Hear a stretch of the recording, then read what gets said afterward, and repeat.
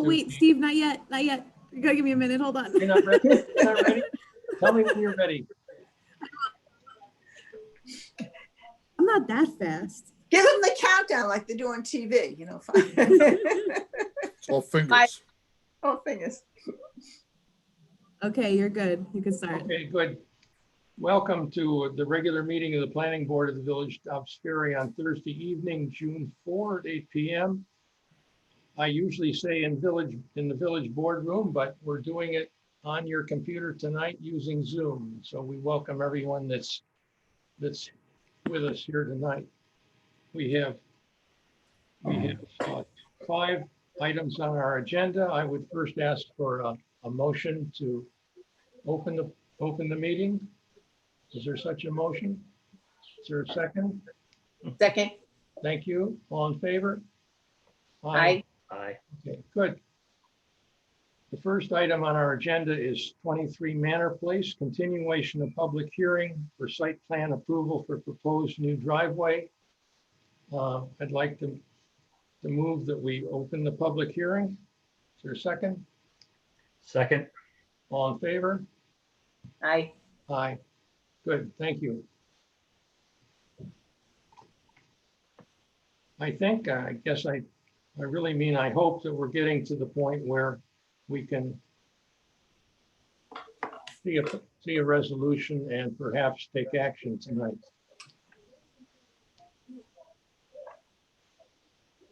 Jennifer, do you know if can you see if there's anybody? I'm looking, I don't see anybody raising their hand. But I do see, oh yeah, John Peace is right here. Hold on one second.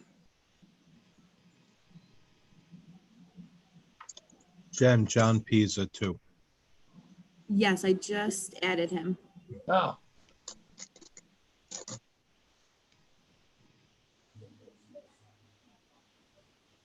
Mr. Pisa, are you on?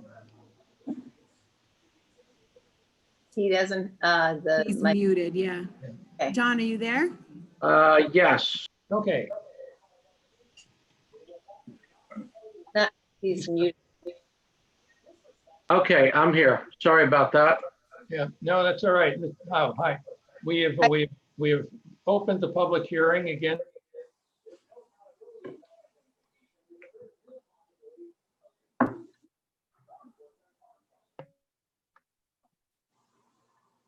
I'm just waiting for Jacob, my attorney, to log in here. Yep, I just promoted him there he to is. panelist. Yep, he's there. We need to unmute him. He needs to unmute himself, yeah. Oh. Here we go. Okay, here we go. All right. Yeah. Here we go. All right, I'm here. Okay.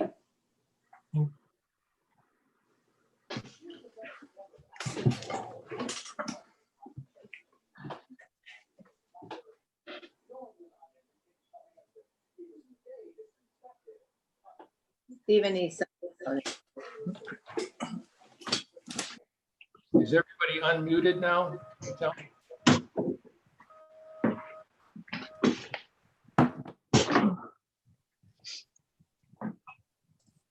Okay. Okay, we've spent a lot of time, I think, on this, and I think it's been well spent time in terms of trying to uphold our responsibility. But I think with the help of George and Dan and others, that we're to the point where we can consider moving forward on this. Is there anyone that wants to? This is a public hearing. I don't see anybody that's. Can you tell, Jen? Is there anybody here? No one has their hands up. Nobody with their hands up. Oh wait, I do see one. Hold on one second. Steve Sudak would like to speak. Hi, just acknowledging that I'm here. Okay, welcome. Thank you. I think we've covered, and George George has a memo that I don't know if that's your last memo, but you have a memo out for with the points that you need to, you feel you need to get resolution to. But I think often in our resolutions, we do add the subject to satisfying things that are in Mr. Palmer's memo. So I think we can go forward. Chairman, I'm sorry to interrupt. We do have one more person with their hands up. Okay, good. Kearns, Mr. Kearns, Mrs. Kearns, you have to unmute yourself.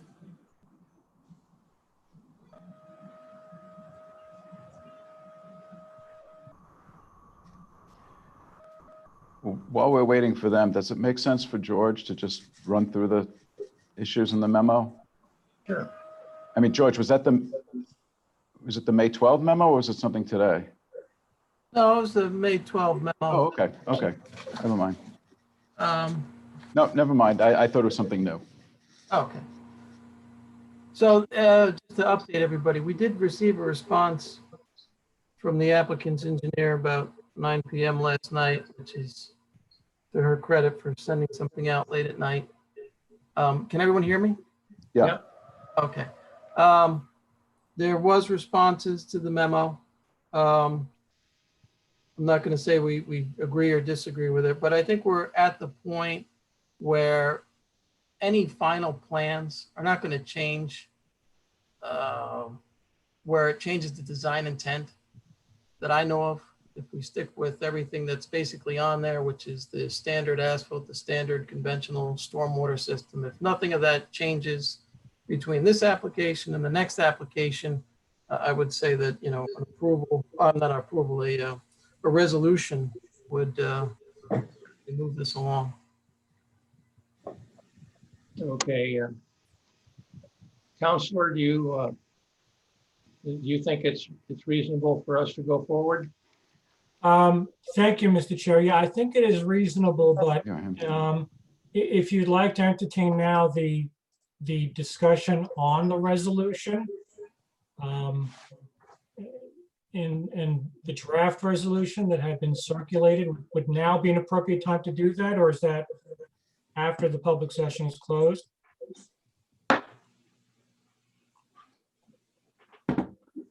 Dan Poison, I don't have a copy of the resolution.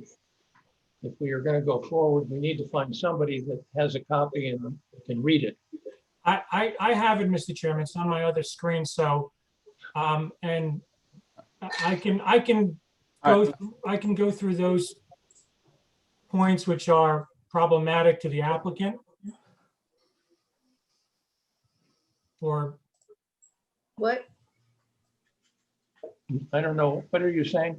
I have it. I know Dan obviously has a copy of it, and I don't know how you want to handle it, but there are certain provisions in this draft resolution which are a serious problem that need to be addressed. And I don't know if you want me to do that now, or do you want it first to be brought up and read? I'm just looking for your guidance, Mr. Chairman, on how to deal with some of these points in the draft resolution. Well, Mr. Chairman, I had sent the resolution to Mr. Amir on Friday, I guess it was, and he sent back a 7-page memo with exhibits A through G and a lot of concerns. I was able to acknowledge several of the issues that he raised, and that is reflected in this draft that you have. The rest I wasn't comfortable with. It's up to the board to decide if you want to consider those issues. I suggest that Mr. Amir go through them in broad strokes as opposed to going through the resolution page by page, unless you prefer to do that. I think the discussion should probably, well, you could do it either way. You could close the public hearing and then have a discussion on the resolution, or leave it open and have the public an opportunity to respond to what Mr. Amir is saying. Well, often and perhaps usually at this point, when we're down to the resolution, we have closed the public hearing. Right. And I think over the last several months, in general, the comments from the public have been fairly consistent, and I think have been considered in the resolution from our point of view. So I'm not uncomfortable closing the public hearing. I don't know what other board members feel.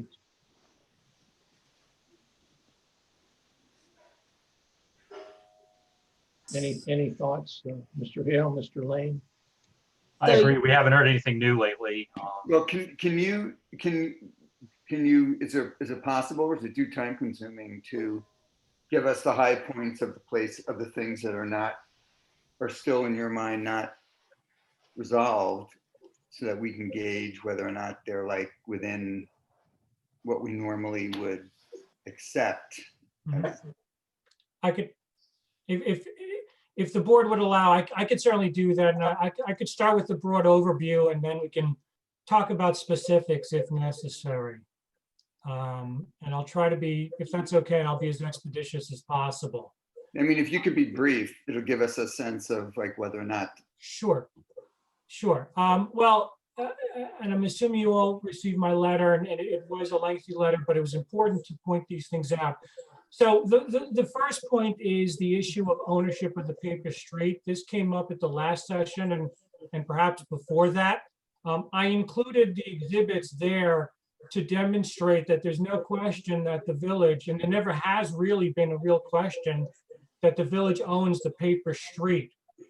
So whatever time was spent on that issue really was needless. I also included those exhibits to show that historically, either the ARB or the building department itself had granted approvals relating to use of the paper street or removal of trees on the paper street without the need for an applicant to go to the Board of Trustees. And so one of the problems in this, as we see it in this resolution, is that it imposes very significant and very burdensome conditions on the applicant to go to the Board of Trustees. But historically, both with the adjacent neighbor and in fact, with other properties in the village on Belden, and on other properties, that was not required. Homeowners were allowed to use the paper street, to maintain the paper street, in this case, even the applicant was given permission to remove trees off the paper street. And John, you can correct me if I'm wrong, it was either by the building department or the ARB, but it didn't. I can correct you. That was by Gary Gardner, the superintendent of public works, who grants permission for all trees to be removed on public property. Right. Whether it's on the right of way or where. So at the time, he believed that was village property, and he granted John permission to take down a couple of trees. And let me short circuit this conversation about ownership. Okay, I changed the way that's referenced in this document. Okay, not saying that we objected or had any issue with ownership. I'm not changing this from that now. So that's it. Period. Well, if next issue. As far as I'm concerned, Jacob, next issue. With no, I'm not gonna change it. With all due respect. No, no, I don't. You don't have any respect for me, so I'm not willing to change it. Dan, with all due respect, I was asked to give a recitation. If you are. Next question. Next point. Dan, this is my next point. I was asked to give a recitation, and I'm giving one. If you are taking it upon yourself to stop me from doing so, fine. If you're going to turn off my mic, turn off my mic, but I'm going to continue. On that issue, you're done. The reason, Mr. Chairman and this board, the reason why I raise that as a point is because this resolution imposes upon the applicant certain conditions which don't seem to have been imposed on any other resident in the village. And Those are suggestions to the Board of and Trustees. if I can Those continue, are suggestions. I'm not going to sit here for another 5 hours going through, your nitpicking of everything in this agreement, in this Then- resolution. well, then my suggestion, You've been complaining how long and dragged out this thing has been, and this is your fault. if I'm not going to be allowed to speak, then cut my mic and pass the resolution, and we'll deal with it later under our rights. Okay? I'm trying to point out to this board that these quote unquote suggestions are not just suggestions. For instance, your quote unquote suggestion imposes upon the applicant the obligation to go to the Board of Trustees. And then when it does, you are suggesting that this board suggests to the Board of Trustees bond requirements, indemnification requirements, things that no other applicant is required to do vis-a-vis a paper street. Let's keep this in context, and I'll keep this short. The applicant is seeking a paving permit for its driveway. That's what it is seeking. What this resolution is doing is suggesting or saying to the applicant, before we grant you the permit, before it's issued, you have to get approval from the Board of Trustees. You have to create a maintenance agreement for this paper street. You have to get potentially easements agreements. You have to get a maintenance agreement with the adjacent property owner that the building inspector and the village attorney approve. Meaning, Mr. Chairman and this esteemed board, this resolution as drafted says, applicant, you create a maintenance agreement where you obligate yourself to maintain a paper street, and we, the village attorney and the building inspector, will tell you whether it is a satisfactory agreement. And go get an agreement with the adjacent neighbor, and we will tell you if it is a sufficient agreement. So the reason why I am harping on the issue of ownership, and the reason why I'm so emphatic, is that this resolution goes well above and beyond a paving permit resolution. And its positions are so onerous and so prohibitive that it treats this applicant different than other applicants in the village of Dobbsbury. And quite frankly, that's unfair. So the suggestions here, if you want to call it that, should never have been in here in the first place. They are not legitimate. They are not reasonable. Okay. And I'm not even talking about the escrow agreement. I'm well past beyond the professional consulting fees. We've beaten that dead horse. So, so there are these conditions here. I can go through them. I can read them to you, Mr. Chairman, but you don't have them. So I don't know how effective that's going to be. My letter. Hold on a second. May I interrupt you? No, my letter, let me finish. My letter. I can resolve the issue if you'd like. Okay. George, do you need those in there? Those were provided by the village consulting engineer. I'm sorry, which provisions are we talking about? I am referring specifically to number 2 in the resolution, which begins, and I won't read the whole thing, just what it says, prior to the issuance of the building permit and as conditions for the resolution, and it goes on. Number A, Mr. Palmer, is your memo, which we're beyond, we're past that. And then B and C is what I'm referring, well, B going forward. What is B? I don't have that. Your issue, Jacob, was with C, the conditions under I'm C, sorry. right? Yeah, B, Mr. Palmer, was that the owners are required to pay the consulting fees. It's a separate issue. We've talked about that ad nauseum. C is the conditions relating to necessary approval of the Board of Trustees. And it outlines the bond and indemnification requirements.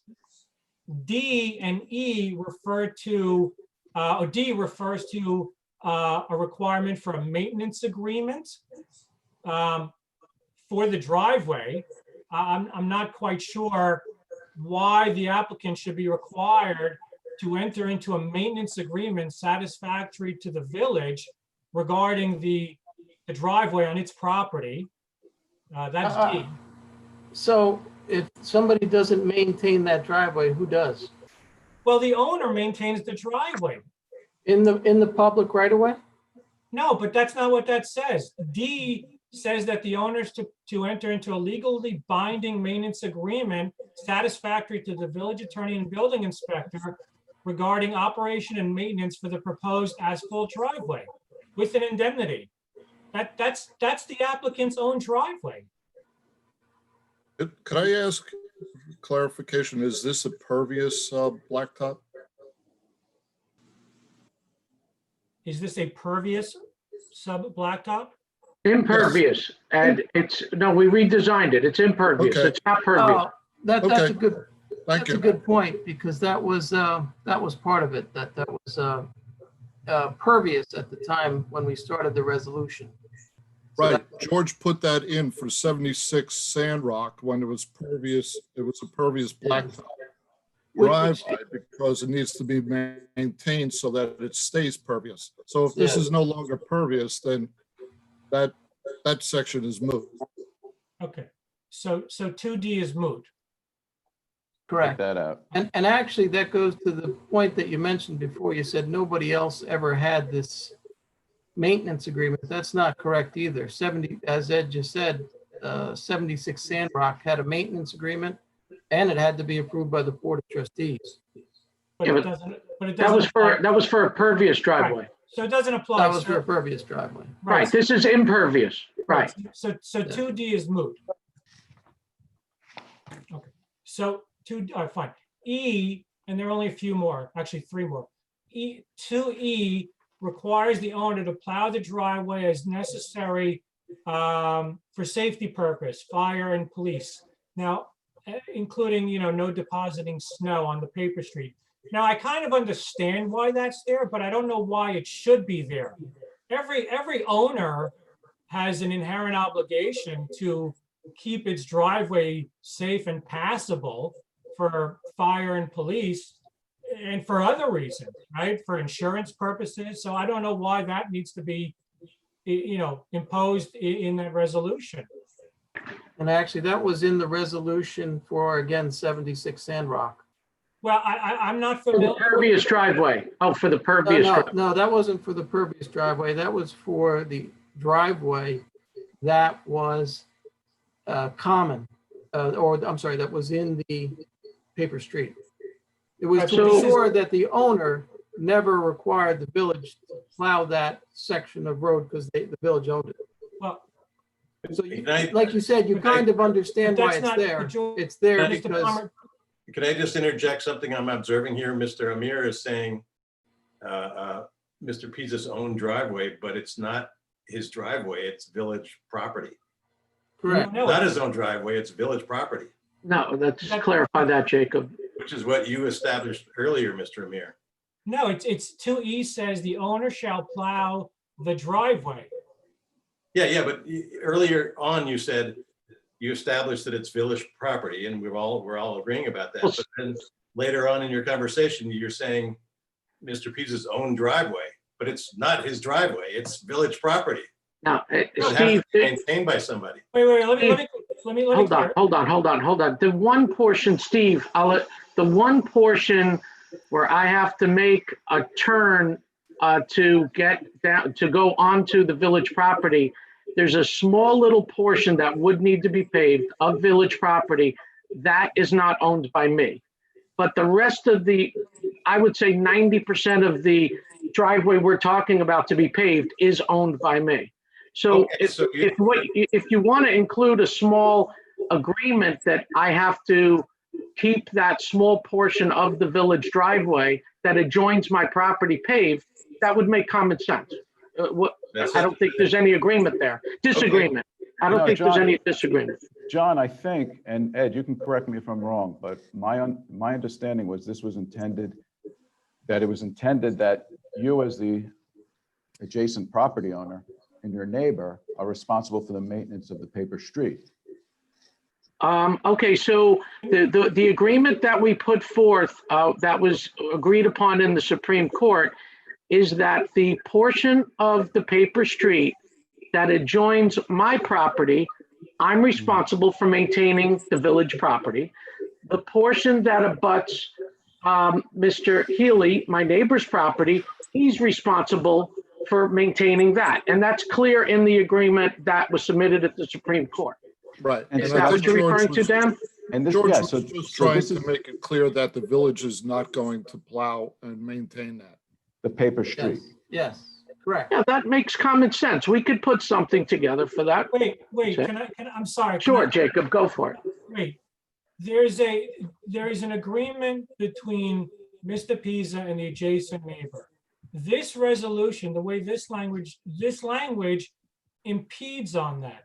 It changes it. It says that this applicant shall plow the driveway. It's in effect, this resolution is interfering in that agreement.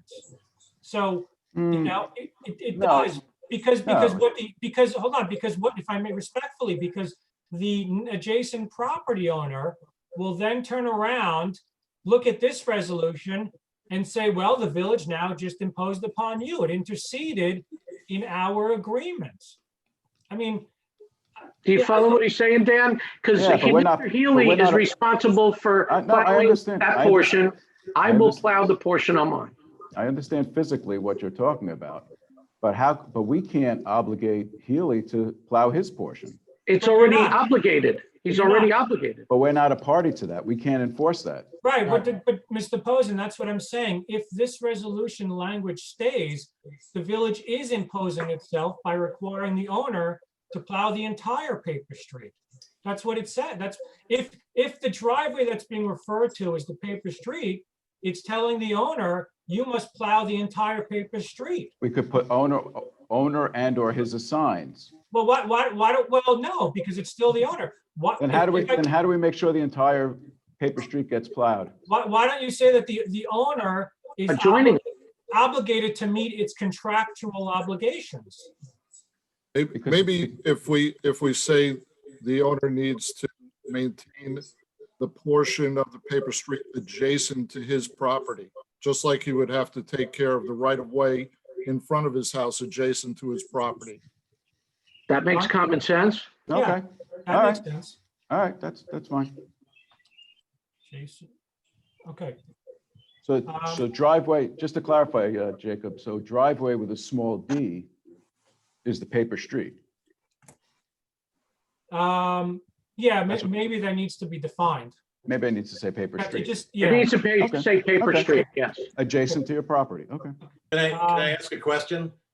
Can these details be worked out offline so that we can continue the meeting?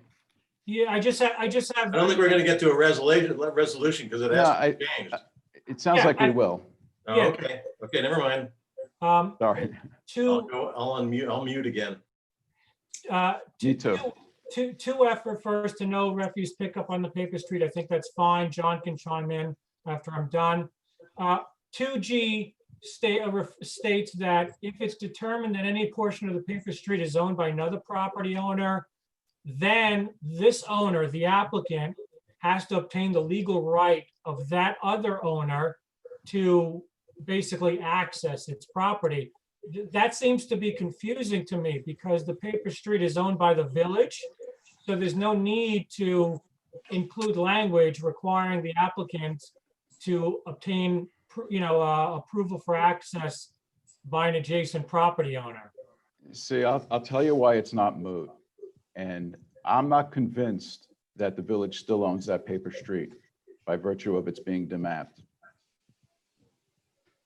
In Well, which case, depending upon how it was demapped, in which case, depending upon how it came into being, Mr. Pisa may own the entirety of it already, or he may only own to the center line. So if he only owns to the center line, then he can't physically use it. So can I suggest, Mhm. instead of making it an absolute obligation, to Mhm. say that to the extent required by law, to the extent necessary, or some kind of a qualifier. Because the way I read this, it basically determines that the applicant must obtain that right of access. It assumes that it's required. Maybe say to the extent required by law, That's fine. something like that. I'm good with that. And then it just say, and then, I'm sorry, last one, I think 2H requires or says that an easement agreement may be required from the adjacent property owner for use of this portion. I think that's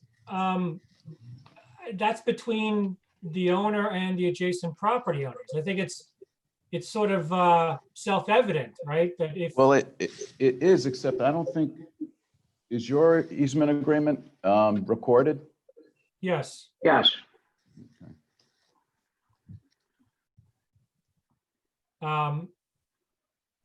yeah, it is. Yeah, I recorded. wasn't sure about that. It's All right on my deed. Yes. Yeah. All right, then that's fine then. Okay, so 2H is moot. Mm-hmm. Okay. So that's what I basically have on 2C. 2C going forward. Right, so let's go. So the only issues that we hadn't resolved are 2C, 2, 3, and 4. The recommendations to the Board of Trustees that you were objecting to. Well, Bond, that's correct. right. That's correct. I mean, Again, I yeah. defer to George and to Ed. It's up to you guys. If these are recommendations that the Board of Trustees should consider, that the planning board feels that they should consider. They don't have to. Mr. Amir is concerned that they may. They may Yeah, think but of these themselves. I don't know, you know. well, but it does say in 2C that the owner shall obtain the approval. So it requires the owner to obtain the approval of the Board of Trustees. And, you know, speaking as one who sits on another board in another village, when a planning board makes a recommendation, it's not dismissed easily. It's looked at very seriously. So, you know, even though it's a suggestion, it Right. carries more weight than that. I will fix that shall by saying, to the extent the paper street is owned by the village, owner shall obtain permission or whatever to use it. Yeah, but may I ask owners aren't required, as far as I know, in the village of Knott's-Berry, owners aren't required to obtain approval from the village to use a paper street. And I'm not aware, maybe I'm wrong, but I'm not aware of maintenance agreements being required to this extent. I mean. No. The other conditions I was saying, I was asking George and Ed if if they have a specific interest in keeping those in there. As far as obtaining approval of the Board of Trustees, I think it's just to use the driveway, to use the paper street. So, If it's village property. so is 2C, 2, 3, 4, is that coming out? It may. Okay. Ed? So read, sorry, can you read 2C again, Dan? Yeah, so it's 2C, the three issues are providing a bond for $20,000 for the maintenance and repair of the paper street. So that goes to the question before, what you said, what happens if somebody does not maintain their portion of the road? And we're not party to that judgment that was made. So how, if it goes, let's talk through the scenario. Let's say neither one takes care of it. And who would end up taking care of it if it didn't get maintained? The Supreme Court would compel that maintenance. Each party is obligated to, and if enforcement is required, the state Supreme Court will compel the obligating party to maintain it, to do what it has to do. So Dan, is that right? Yeah, I mean, I'm not concerned about a bond on this. You know.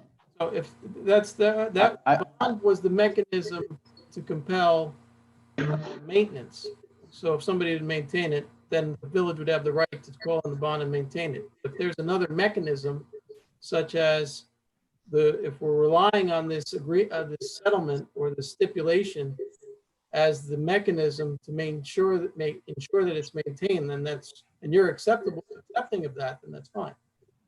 Well, I'm not saying, look, this is a recommendation from the planning board to the Board of Trustees. I'm not suggesting that the Board of Trustees is going to automatically ask for it or require it. Oh, okay, so. I mean, nor am I saying they won't ask for it if it's not in here.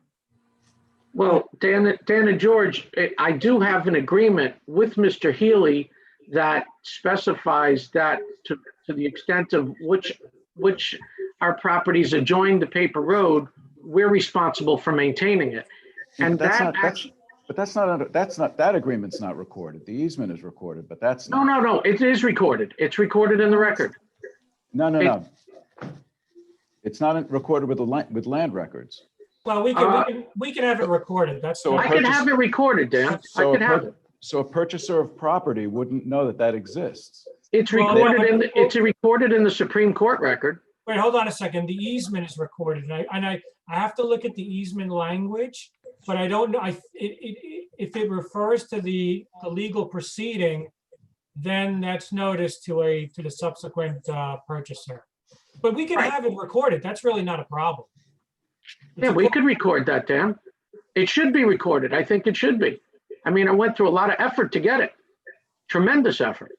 And in fact, you know, to be honest, for the whole board, what I accomplished on that is probably a rarity among all the paper streets and the other 7,500 landowners, property owners that adjoin your paper roads. I'm probably one of the few that went through and actually got that agreement put in place.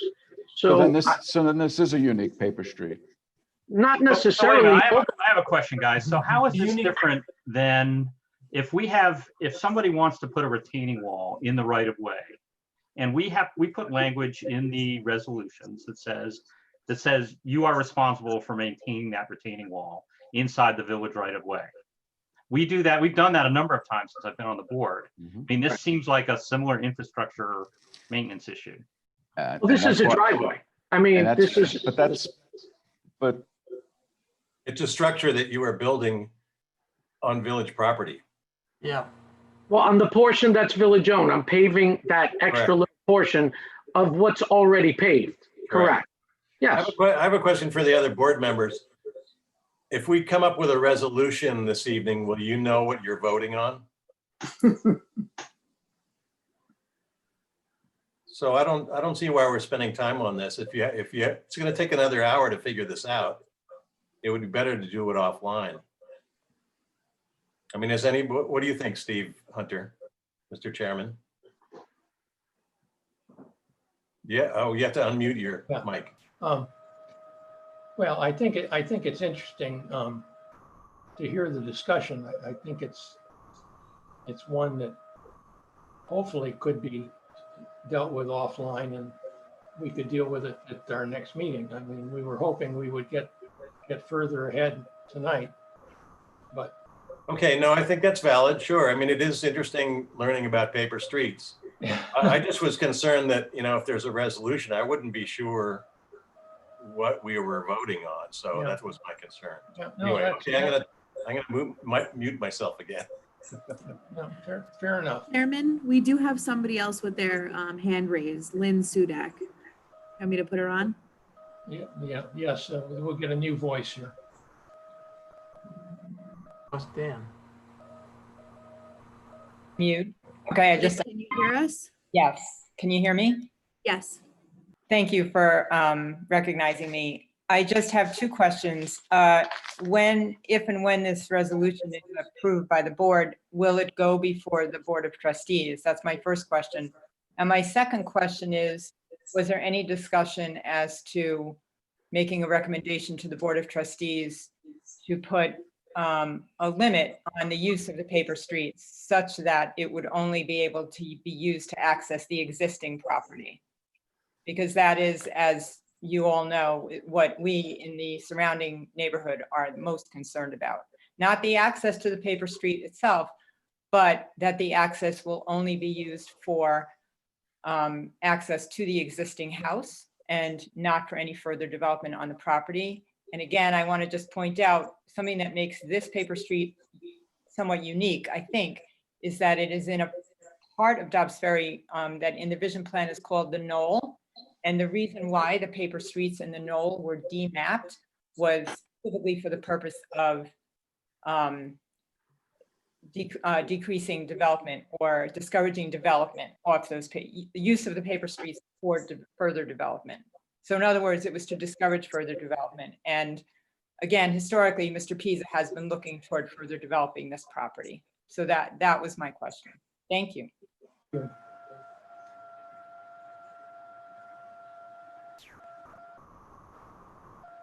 Anybody? Who's on? Anybody's on, I guess. What's that, Stephen? Yeah, All right, was that just me? I'm sorry? Was that just me that cut out? Yes. I think we all cut out temporarily, just for a second. Oh, because all of you froze and I thought I stunned you all with brilliance. I'm sure that's not the case. Yeah,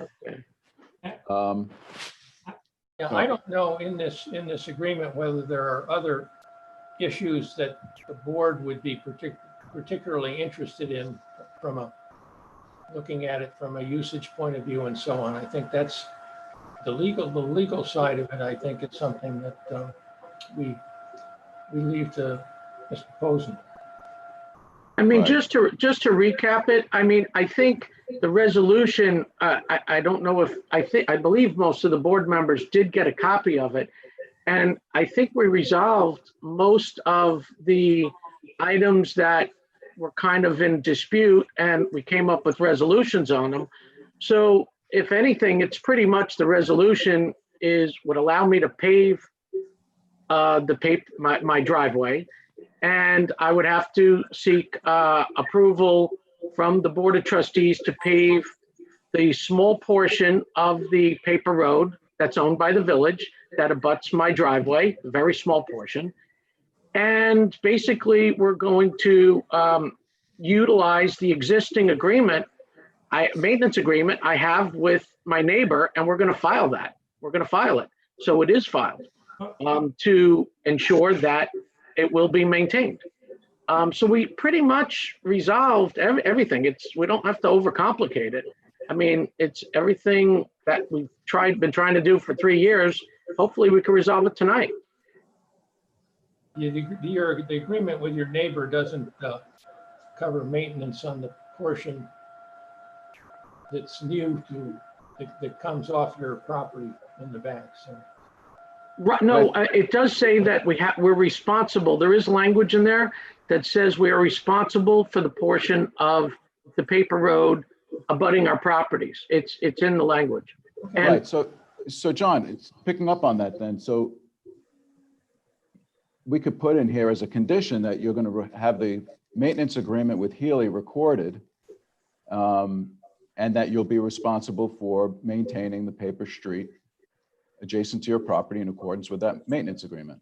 yeah, go ahead, Jacob. No, it's not that we'll have a maintenance agreement, but we already have an agreement. Yeah. The We're existing. gonna file that maintenance agreement. No, Yeah. I'm going to say you're going to record that against the Record it. property. Yeah, yes. Okay, all right. And the applicant is, will continue to abide by that agreement. All right, and just to clarify though, because John, I think you said, it's not that you're going back to the Board of Trustees just to put a little pavement in the paper street. You're going there to get permission to the extent the village owns the paper street to allow you to use it. If Right. requ- Now, if there's this- required. Right, If now, required, right. Yeah, if right. required. Now, I noticed in the past, there was, like on Sherman and Belden, they didn't require Board of Trustee approval or, oh no, they didn't pave the paper street. They used the paper street to pave their driveways. So I guess the Board of Trustees is the correct avenue. The only instance where I saw a deviation from your recommendation, Dan, was where the Architectural Review Board gave my neighbor Healy of which Steve Sudak signed off on, gave him permission to pave the paper road at his own risk. So is that the venue, or it's definitely the Board of Trustees? No, it'll Just be to the be Board of clear. Trustees. So, It's a- okay, so the Architecture Review Board did approve that paving, which we sent you that in the exhibits. You saw that, it was highlighted. Yeah, So- I don't think that would apply. Do you, Ed? So is this something you could do, Ed, internally to save some time here? Are we talking about, when you say Belden, are we talking about South Lane? No, right on, off Temple. When Healy got permission from the ARB to pave the paper road, it was in the exhibits sent to everyone. I'm just saying, it was pretty much an internal thing where they just said pave at your own risk. So they kind of just discarded it. If you want to pave it, you pave it at your own risk. Is that something that could fall under your purview to save some time, where we're already putting the maintenance agreement in place? Absolutely, it's going to be maintained. I would not have approved that back then. I don't know how something like that happened. It's not for the building department or the architectural review board to just say, use village property how you might like to. So It was in there. I sent the exhibits to all of you. It was actually in the record, but I hear what you're saying. Long time before me. I'm saying No, you signed off on it, Ed. Your signature, you were what, aye. your neighbor paving the paper street? Yeah, it's in the That happened exhibit. long before I worked for the village. What's that? That happened before I worked for the village, long before. No, Ed, unless there was another Ed Manley back then, you were on the ARB. Look, I'm just asking the question to see if there's any Yeah, but- way to streamline the process, Dan. But it That's doesn't, all it I'm doesn't asking. matter. It doesn't matter. I think Donna had a question. Can I say something? Oh, can you hear me? Please, Donna. Yeah. Speaking as Board of Trustees member, in my opinion, if anything is being done to the village right of way, it needs to go before the Board of Trustees, or give the Board of Trustees the option to look at it. It is village property. As was mentioned before, when retaining walls are put onto village property, it has to get permission. When stairways are put on village property, permission has to be given by the Board of Trustees. So I will defer to Dan as our attorney, Right. but I'm feeling that this is something that has always gone to the Board of Trustees. Just for the record, and we understand that, but just for the record, what John was referring to was minutes of the Architectural Review Board from January 12, 2004. Property is the Healy property, 14 Temple, and it does say in there paving. It does say in there paving at your own risk, basically. On the village right away. Again, it's village property, so I don't understand how that went through. I wasn't on the board at that time. I don't believe Ed was even around at that time. Maybe he was, I'm not sure. But the whole idea is, I personally would never approve something at your own risk if it's village property. We found it odd too, Donna. We found it odd too. It's 16 years ago. Who knows? We found it odd too. So Dan, so just to go back, because I know there are other matters on tonight. So are we, just to be clear, referring to 2C, 2, 3, and 4? Is that now going to be replaced with language which basically says we're going to record the settlement agreement, and the applicant is abiding by that settlement agreement? And if the applicant will go to the Board of Trustees if necessary, to the extent of use of the paper street? Yeah, but the qualification of if necessary is if the village owns the paper street. Okay. Yeah. Just to chime in quickly on it, George, if I'm correct, is that one of our great concerns and why we put the bonds in there was the sewer line and the need to make sure that the sewer line was protected, and in the event it was damaged, to have funds set aside to fix it. And I'm looking at that and I'm saying, well, we need that. I don't know what we're talking about unless there's no sewer line or something, but for everything we know, there's a sewer line and they're going to be bringing in vehicles over it. They may be bringing, we're very careful about bringing heavy cement and asphalt trucks in over our sewer line. We're going to need bonds to protect the village's sewer line and not be responsible for repairs from damage created by the use of the paper street. Is that correct? Yes. That was part of the maintenance. Well, yeah, we did, we started talking about the asphalt and the agreement that Mr. Pisa has with his neighbor. We kind of stood on that line of thinking, but you're right. That's the other facet of the maintenance is the sewer line. Which is my sewer line, just so you understand. It's actually, that sewer line is dedicated just for my house.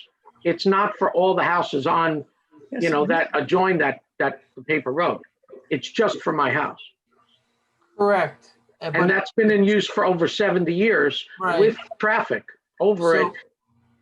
So as far as ownership, you own all the way out to Temple or all the way out to the right of way?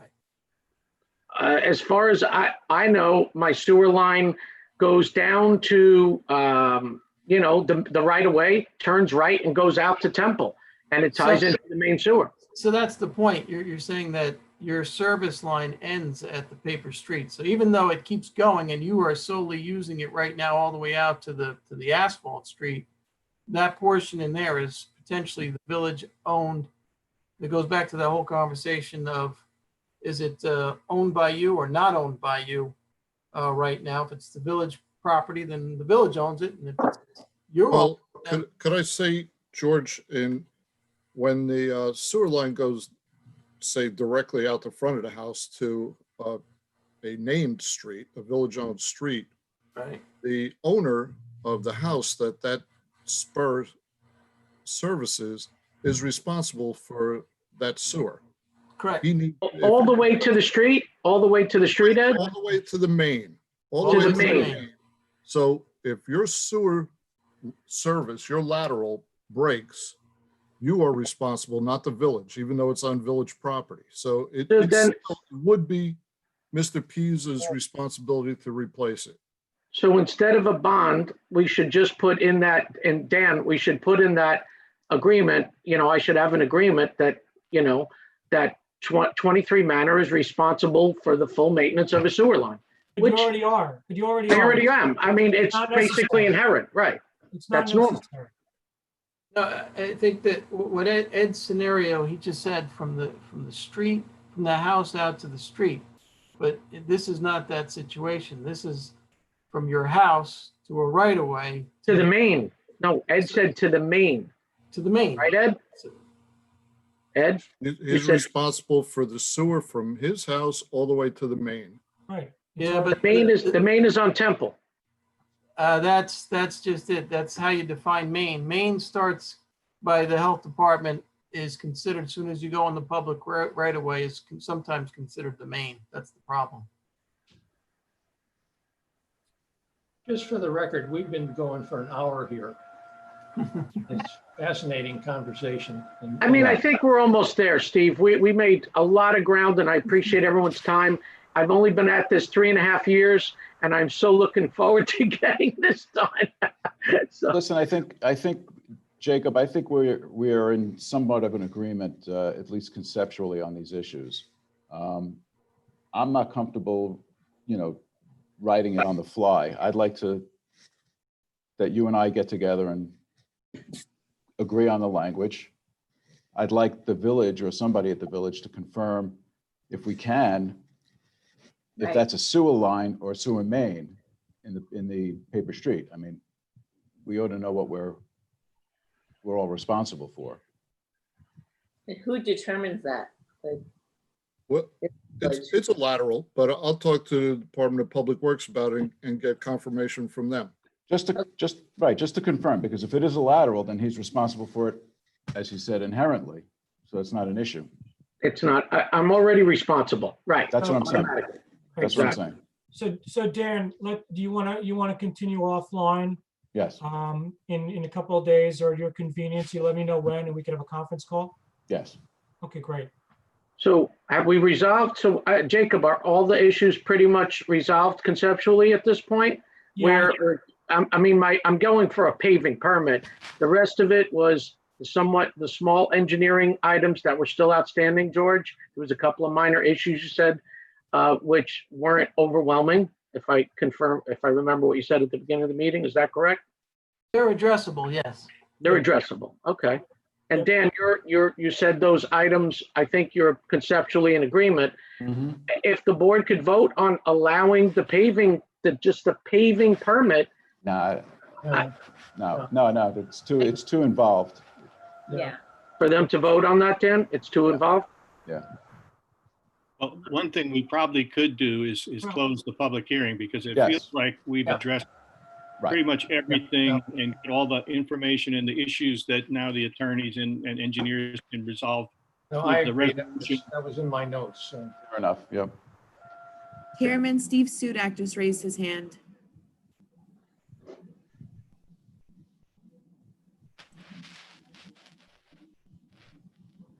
Can you hear us, Okay. Steve? Yeah. All right, no, that's fine. So just to reiterate, this will go before the village board, correct? If the village owns the paper street, then yes. Okay. And the second question is, I respect, I guess that I've, well, first of all, just to say that any conversation about any property outside of the knoll as defined in the vision plan, as Mr. Posen pointed out, is irrelevant. This is a unique area as defined in the vision plan. And it is the only place in the vision plan, as I said in my letter, where there is this clause, take whatever steps necessary to ensure that the formerly mapped paper streets remain off limit to development. It's my understanding, I think it's my understanding, that the planning board takes the position that they are unable to put that language into their resolution. So I would then just respectfully request that the planning board, when they refer this to the village board, recommend that they, the village board, take whatever steps are necessary to ensure that the formerly mapped paper streets remain off limit to development. Specifically, would put a limitation on use beyond access to this house at 23 Manor. That's all. Are you saying this paper street or all paper streets? I'm saying what it says in the vision plan, which you co-wrote and signed, and we have, which is that in the vision plan, the only place where the specific reference is made to take whatever steps are necessary to ensure the formerly mapped paper streets remain off limits to development is in the knoll. And it was put in there specifically because that was the central issue in this area. It's where it is most relevant. That's why they put it in there. That's why you put it in there, Mr. Chairman. So all I'm saying is you, Mr. Chairman, and your board will not act on that. You will not be proactive and say, we are going to insist in our resolution that this approval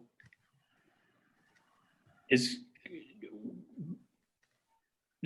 not allow for any further access to a second lot.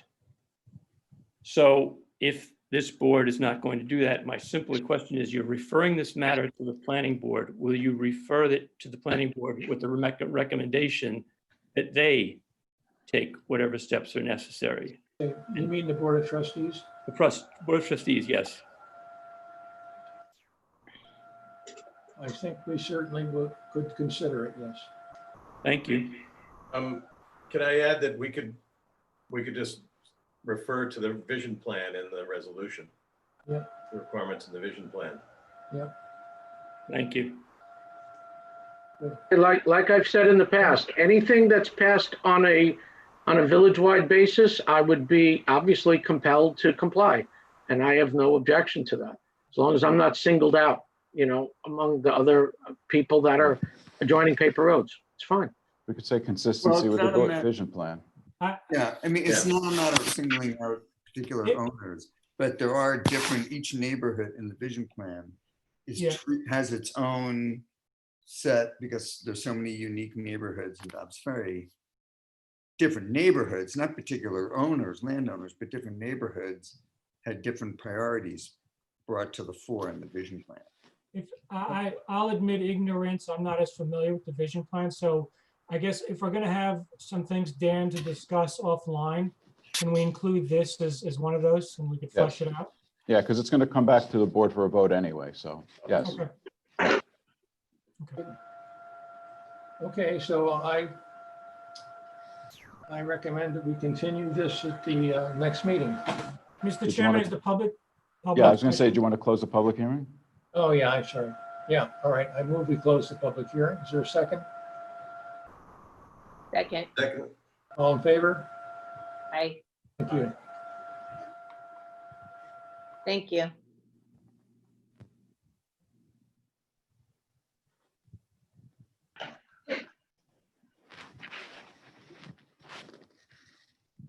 Dan? The next on our agenda is 156 Palisade. Yes, it is. Is there anyone here to speak to this?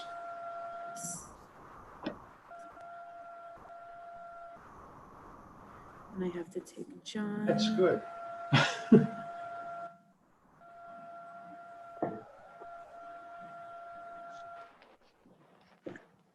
Can you hear me? Anyone? Yeah. Is there anyone else besides Patty here to talk on this? Michael might be here. 156. Michael Lang. Yep. Patty? Yeah. Wait, I see a Michael, but he doesn't have his last name. Well, it might be Michael Lang. I have Glenn Varcasia. Yeah. That just raised their hand. Patty, before you start out, I think that we're not any more prepared to speak to the application than we were previously. I think, as you know, our next step will be to formulate a recommendation for the Board of Trustees with respect to the rezoning of this street. Agreed. If I can actually say what I was going to say, it won't be that long. As long as what you just said.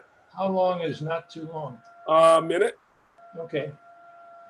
So yeah, we watched the work session that you guys had, and you're obviously dealing with a lot of issues. It's challenging. I have a lot of opinions about it, but I'm not, that's not my business. So we're going to wait to see what you come up with. In the interim, what we're doing is we're looking at a reduction in the scale of the project. We're looking at cutting it to 6 two-bedroom units, which would average 1,250 square feet each. If we throw in 615 square feet of common area on each floor, would end up with a footprint of about 3,165 with 2 decks that we would like to have facing the river. We end up at around a 3,325 to 3,350 square foot, which is around 38%. So, we're evolving that. We're seeing how it works. It would cut our parking needs to 6 parking spaces, which simplifies the garage dramatically. With the 6 parking spaces and the 9 parking spaces at the curb, or the 3 at the curb that we already have, the 9 would meet the code for the 6 units. We're continuing with the idea of a varied front so that we would have one section approximately 28.5 feet wide that would be set back about 10 feet from the street, but then both sides step back dramatically, part of it to 25 feet back from the street. So we think that helps with the massing a lot. We can make the side yards compliant. We're still working on getting the height compliant, but I think, it looks like that can be made to work. And we are going ahead with a SketchUp model that I think will help you guys visualize it in 3D. Thank you. We'll talk to you again next month. I appreciate it. Hopefully in the interim, we will have at least one meeting to work on the potential code changes. That sounds excellent. Yeah, good. Thank you very much. I have a question for Rob, since we're on this. Rob, do you want to talk about what you've been working on at all now, or is that? Well, no, I mean, I don't think in one sentence, just that we did a kind of using GIS. We did an analysis of the coverage in 3 sub areas of the overall district, and also looking at the coverage of the district as a whole to at least benchmark what the kind of existing coverage numbers are. I don't have that slide in front of me to share. It's only one slide. We could do that in the work session. I just wanted to let people know. Yeah, that it was let's say that for a work underway. session. I think we should go ahead. I would recommend we go ahead and, because I thought that the last work session that we had was actually not bad, and that maybe we should try to schedule another one. Yeah, I think That's the goal. It wasn't bad. Yeah, well, yeah, I think we can pare down the attendance and get more focus, but that's good. And I'll be in touch to see if we can find dates that could work for us. Okay. Good. Thank you, Patty. Thank you very much. Good night. Thank- Are we taking public comment on this? No. Okay, I Not was a, just no, asking. it's not a public. Okay, sorry, guys. No. Careful. Item number 3 on the agenda tonight is 68 Belden Avenue, continuation of a pre-submission conference for minor subdivision and site plan review for proposed new single-family modular house. I'm sure there are people here for that. Yes, there is 2 people that I see.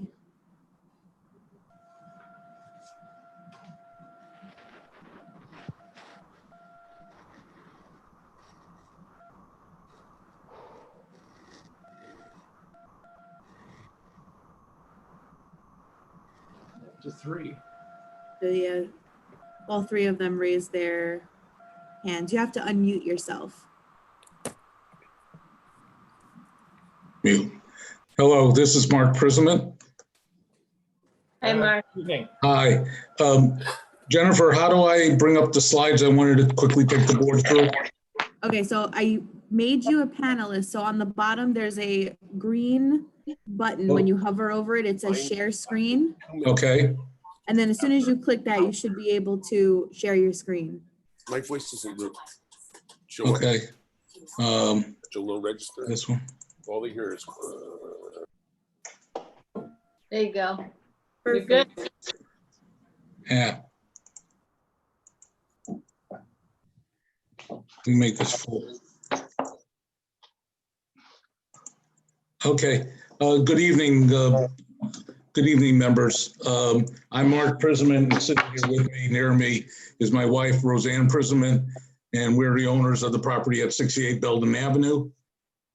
Does everyone see these slides? The first slide is the title slides of the Village of Dobbs Ferry Planning Board. Yeah, we do. Yeah. Okay, good.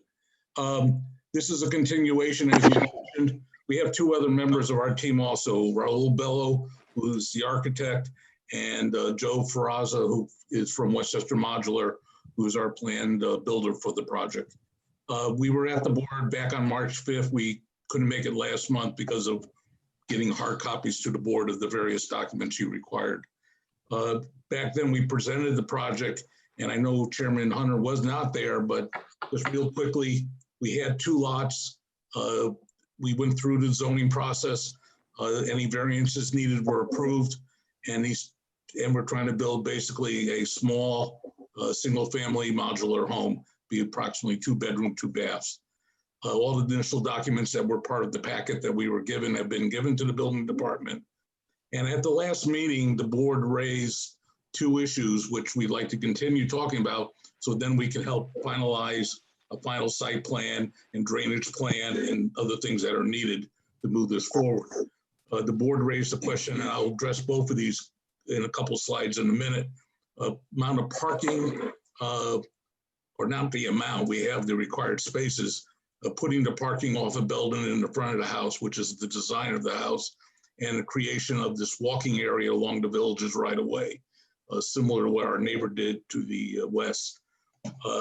So we sent back a revised site plan, some photos, and a streetscape that was requested, and we wrote a letter addressing that. And in the interim, we got just like 2 weeks ago an engineering, I won't really call it a report, even the person who wrote it from the Han Engineering Group actually says this is not, in lieu of providing standard technical comments, it really wasn't technical in nature. We highlighted the issues and concerns, which are many of the same, basically about 90% of them focused around the two concerns here, where the parking would be and right away. And we addressed all those and responded to all those. And I'm not going to go through that letter line by line in the interest of time. I know we're got a couple people behind us. So just real quickly, this we showed last time, just showing you again, there are two lots. This is from the 1980 map. This is what we bought. It was lot 34 and lot 50, and this is now what we're trying to reestablish. And as I said, because it was in an OF4 zone, the zoning board has already given us permission for the going back to basically 2 50-foot lots, which is what most of the neighborhood in that zone already is. You can see visually, and again, we showed this last time, but again, this is the lot in question here. And again, our existing house is here. This is a two-family home, or was a two-family. I think they converted it back to single family with a large garage. Is everybody still seeing the title page? Yeah, you're not advancing the slides. I'm not? No. It's still the first slide, at least what I have. Yes, me too. Oh, okay. Sorry about that. How do I bring it up? We're still seeing the same first slide. Okay, if I close that, screen is stopped. Where do I go back to add a slide? I'm sorry. Down here, No. share screen. Yeah. You should be able to just hit the return or advance button and go through the slides the way you would a PowerPoint.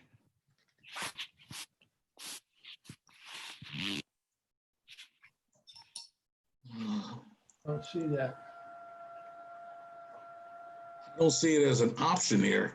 Yeah. To show. Do I have to minimize this screen with all you on it? No, you would share your screen, and then once you make it full screen, I think you should be able to hit the space bar and like flip Advance. through, Yeah. advance through your presentation. Doesn't, oh, okay. Now is it advancing? No, you have to share your screen again.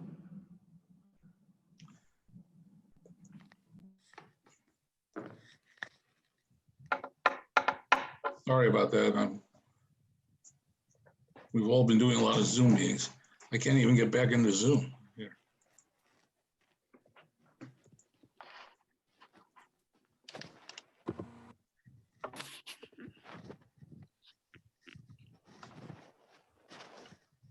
Jennifer, in the interest of time, could you just bring up what I sent Yes, you? I'm just opening it right now. Okay, Just tell me when to advance, okay. advance, yeah. Hold on. Unfortunately, I can't even open Zoom right now. I don't know why. It's got to be open or we wouldn't be able to hear you. You're still in the meeting. Yeah, I realize, okay. Okay, hold on. No.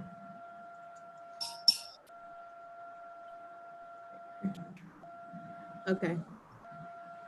Can you see it, Mark? No, it's like micro. Oh, no. Quit Zoom, start Zoom. No, I mean the presentation. Yeah, I see the presentation. I'll just read off my, you can advance and I'll read off. Please Okay. advance. Okay, just let me know when. Okay, advance now. 1.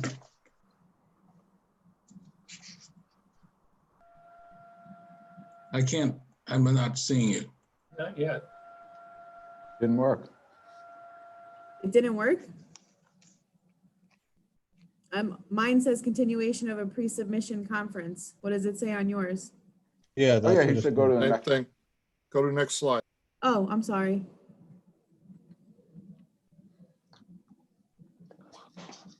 Did it change? No. It's changing on mine. It's not changing on everybody else's. Yeah, that was happening. I was changing it on mine before. Yeah, it's flipping through on mine. Well, let me see if I make it smaller.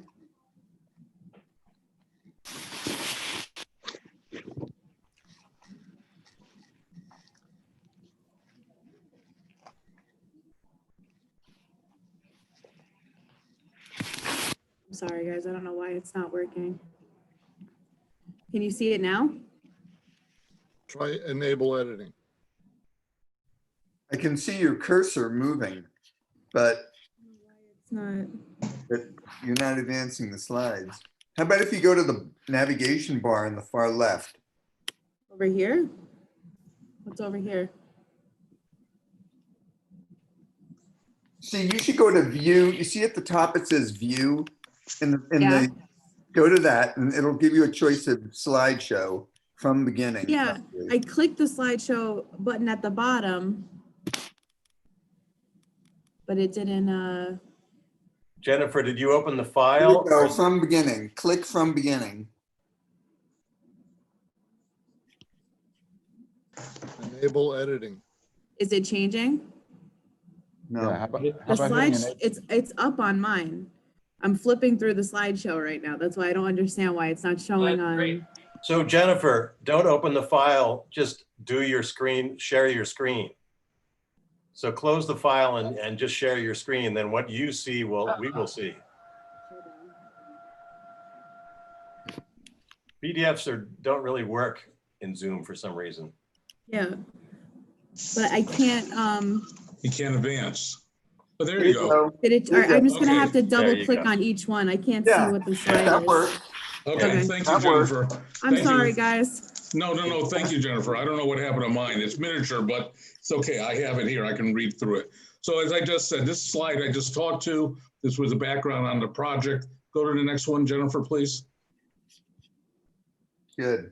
This is the map that I was referring to. Just again, there's background showing the two lots that were purchased and that we're trying to build one on now. Go to the next slide, please.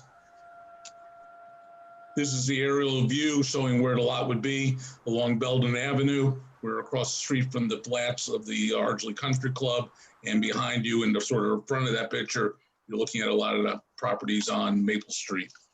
Go to the next one. And again, I'm not going to read this whole letter. Sorry. And that's fine. The letter is just there. It's in your files. We'll hit a number of the points that I put in the letter, but that's the response to the engineering report and addressing the couple questions that the board asked us for this evening. Now go to the next one, Jennifer, please. Okay, so let's talk for a minute about the driveway question. The query raised about the driveway was how much driveway we originally had on the original plan.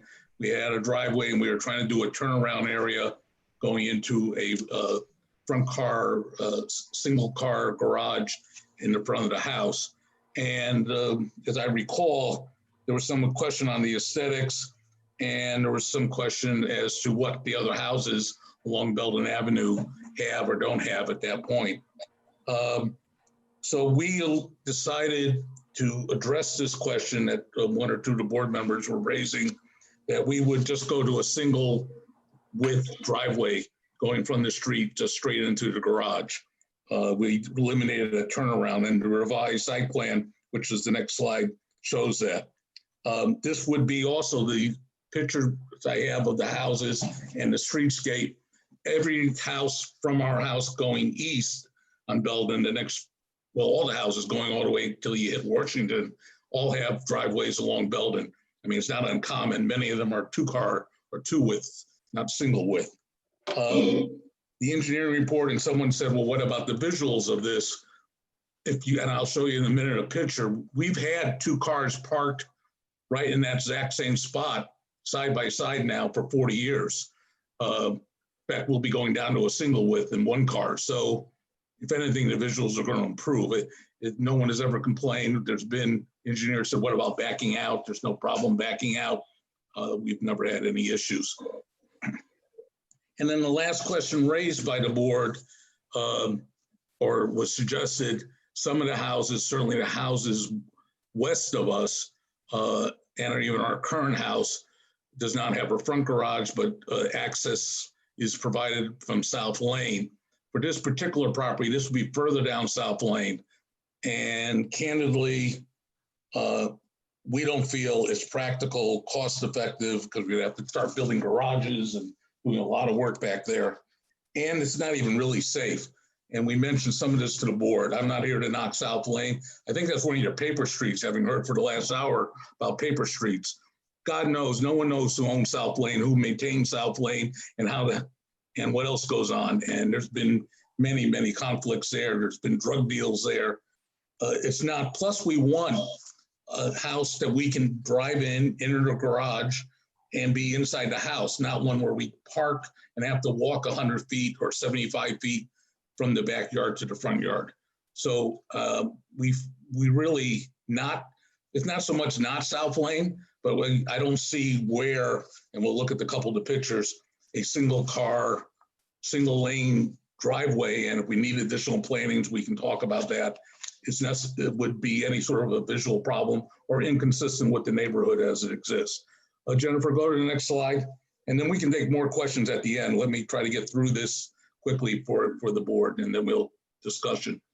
Next slide. Okay, so here's the site plan. A little hard to see here, but you do have hard copies and a single email copy. And you see now we have this a single, I can't show you, but there is a single car garage. We eliminated all that turnaround space that was a concern raised in the last meeting. Go to the next slide, please. This is actually pictures taken actually from Google Maps. You can go and take a ride down Belden Avenue if you wish. If you look at the bottom row, those are all the houses east of our property, or what will be the new house. And as you see, they all have driveways and pretty standard approach to enter your driveway off of Belden Avenue. And go to the next picture, please. Next picture, this is in the file too now, is a streetscape, basically the same as the pictures I did from Google, but this is drawn up by the architect, gives you a little bit more of a streetscape view as you look up and down the street. And next slide, please. And this is a picture, as I said, 2 cars are currently parked there. You're looking straight on at the lot, and these 2 cars, basically where you see the car on the right will be about where the new driveway will go in. It'll just be single, and it'll go in, well, past the right of way and into the house. It'll be set back about 25 feet from the property line, consistent with the other houses that already exist. So that's pretty much it on the driveway. I don't know, before I go into talking about a little bit about this indent walking area, why don't I take 1 second, and if there's any additional questions on the driveway you want to ask my wife or I or our architect, please feel free to do so. Well, in a perfect world, I would have come and used South Lane as an entrance for parking, but if that doesn't seem reasonable, although it obviously works for all the neighbors to the west. Well, it's not all of them. Some of them do have entrance from Belden also, but you are correct. The 3-4 houses immediately to the west of us have South Lane because that's the way they were built at the time. Right. So what's the elevation of the garage? The house is designed to take, we have a hill there in the front, as the site plan shows. And the idea was we would have a garage and sort of a half stepped up outside entrance going inside the house to another half step going up to the main floor. And that main floor would then be level as you come out the back door with the rest of the property. And so it takes great advantage of the natural slope and hill, and it allows us to drive a car. We've never had the luxury of being able to, in a cold winter day, drive into our house and park and get out of the house and bring our groceries in. we're always lugging and carrying and everything else. But we have a lot of concerns. I mean, you know, to say that our only access can be from South Lane when we have a perfectly good street, and that's the way most houses are built. We're not trying to make it ugly. I mean, it's a single car lane there. And when, as I say, if you look at this picture up on the screen now, we've had cars there parked, and you know, it exists. It isn't like we're taking it away. We're making it smaller, if anything. Excuse me, Mark? Yes. Yes. So the floor of the garage, how far above the street would that be? From the street? From the Oh, street, maybe a couple feet. That's about all. That's it? Okay, so Yeah, you're gonna have It's to do a fair about, bit of it's about excavation. 3 feet. Where we're going to excavate for the foundation. Yes, I mean, it will, obviously we want the driveway pitched back towards the street. We don't want water running downhill into the house. And the hill starts, but the hill doesn't start until pretty far back, about where we would be putting the foundation in. So yes, we will be excavating for the whole basement level, and most of the basement level, it will be below grade, which actually provides maybe some small, you know, basement type windows, but that's about all. Thank you. There is other pictures we have of the actual property, but with all the problems we're having, they're in another file, I think, but if not, I'll get you what the front of the house actually looks like. Or you can look at that streetscape, which is in the file, and Raul has shown that as it visually looks. Can I ask a question? Sure. I know one of the goals is to have a level area where, you know, looking towards the future, being able to put in a, you know, walking area for pedestrians that's not on the street. How does that work with the driveway? Well, the driveway will be at approximately street level. So where the driveway is, there's really nothing to do. There's no retaining walls, there's no grading, there's no anything needed. And I'm, you know, the indent walking area that you're referring to is my next 3-4 slides. Okay. Talk a little more about that, but where the driveway is, I don't see it. If anything, that's what's the width of a driveway? 12 feet or something? That's 12 feet we don't have to worry about. Okay. Yeah. Thanks. And if you look at that revised site plan, you'll see how the retaining walls. Well, we're going to get to that in a minute. Okay. Yep. Okay, let's move on because I know other people are waiting, and not that I mean, we can be here all night, but I know probably that would not be the best situation. Okay, next slide. Okay, you got it. Okay, so let's talk for a minute about the request to build indent walking area, whatever you want to call it, in that 10 feet right away or 12 feet right away that the village has. So, you know, this was requested. Mr. Manley mentioned it to us early on. We understand the concern, but, you know, I think we pointed this out last time. Our concern is there's no way to be able to make this a contiguous. And in the engineering report, they talk about some sort of a greenway that would go from Belden all the way down to Washington, and connect with Gould Park somehow. This doesn't exist. I hate to say it, gentlemen and ladies, this does not exist. It is not there. And what you're going to end up having, if we're prepared, and I'll go through this slide in a minute with you, but we're prepared to put in something and be reasonable about it, but we have some obstructions in the way. And the legal research that we've looked at and some of the cases that we've seen online as we're researching this show that when you have what do you want to call it, a non-sequential sidewalk or non-sequential walkway, and forcing pedestrians to go from that and then step back out in the street, that can be almost a greater or larger hazard. And certainly no one wants to create a hazard. So building this, a retaining wall and moving it back and putting something in there sounds great in an ideal world, but it can't connect to what Mr. Jones has done to the west of us. There is nothing to connect it to, and it can't go through a huge tree to the east of us. And having lived in that property for 40 years, most people and the school kids and even the school bus drop off on the other side, the north side of Belden Avenue, and along the whole flats of the golf course going from Walker all the way out to Washington is like a 3-foot area that you can walk on. And that's today where continuous, nothing blocking it.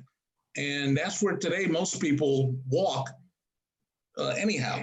So the concerns I'm raising here is, number one, you just mentioned the documented potential hazard forcing someone to get on the sidewalk or get on the walkway area and then back into the street and then back onto the sidewalk area. And everything east of us, while it's at grade level there, there's no designated walking area. As I said, there is no greenway. So while that might be an idea for future, if the village is going to go in and build sidewalks all the way from connect to the existing sidewalks where they end on Belden about halfway down the block and continue them all the way down to Washington and down, and then on Washington all the way over to Gould Park and Maple Street, that's fine. I don't have any problem, but you know, that's all in the village prerogative. No, the other problem was raised if we do build as we show in the revised site plan, something about 4 feet back from the street, we'll put up a small retaining wall. At that point, I was measuring it to be about a 3-foot high retaining wall. As I said, and we'll show pictures in a minute, going to the west, we have a village fire hydrant right in the middle of this walkway. And we have the large utility pole, which prevented Mr. Jones from going any further. And that's right in the way. And so there wouldn't be a reasonable way to connect any of that and dig it out without damaging a fire hydrant that I assume can't be moved and a utility pole which can't be moved. Going the other direction east, and I'll show the pictures here in a minute, there's a very large 24-inch or greater, I think, the surveyor said it was 24, maple tree that has been there for, God knows, probably over 100 years. It's on the town right away on our neighbor's property, on the other side of our neighbor's property line, and has a monstrous root base. And candidly, we can go as far as we want to try to do a little grading going east, but we're going to get into that root base, and if we damage that, that tree's going to die. And it's not even our tree. So, I mean, and nor do I want to go to the expense of taking it down, but it's not money. It's not our tree, and it's a specimen tree. And I know because we had one dead tree, we had to work with the village board, the tree committee for almost a year, take down one tree that was certified dead by 2 tree surgeons. So there are concerns there. Mark, but we're not, I don't want to, and we can open the conversation. Let me just show you a couple of pictures. I'm not trying to, my wife and I want to move forward with the project. We want to be reasonable and work with the village. And we want to do what is best for everyone.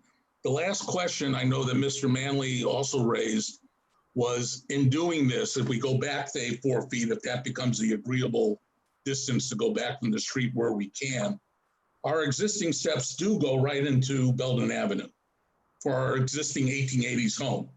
So those need to be moved back. Our suggestion from a visual safety constructional concept would be to move it back even with this new retaining wall we just put up. Mr. Manley mentioned, but I certainly want to discuss it, is that potentially we'd have to move it all the way back off the town right away. We still got to come down to the town right away to get out to the street. And that's our only access from Belden. And that would would start interfering with another large red maple, is that what it's called, Ro? Japanese maple that's on our property and some of the roots for that, let alone creating like walking through a tunnel. So I just want to, if we do move forward, and again, I know we have to talk about it, with building some sort of walking area approximately 4 feet back from the street, which would line up with what Mr. Jones did, where we can do it, obviously not in front of the fire hydrant or in front of the utility pole, we would then want to line up our steps. Let me just show you the pictures and then let's open this up to conversation because I'm sure the board has a couple questions. Next couple slides, please. Next slide, Jennifer. This is again the same site plan you had a minute ago. You have hard copies of these in the board office also, so take a look at it and this shows that. And the question, the engineer raised the question about curbing. The plan always showed, and we plan to put new curbing, so there's no question about curbing. We'll do curbing over the entire 100 feet of the two lots.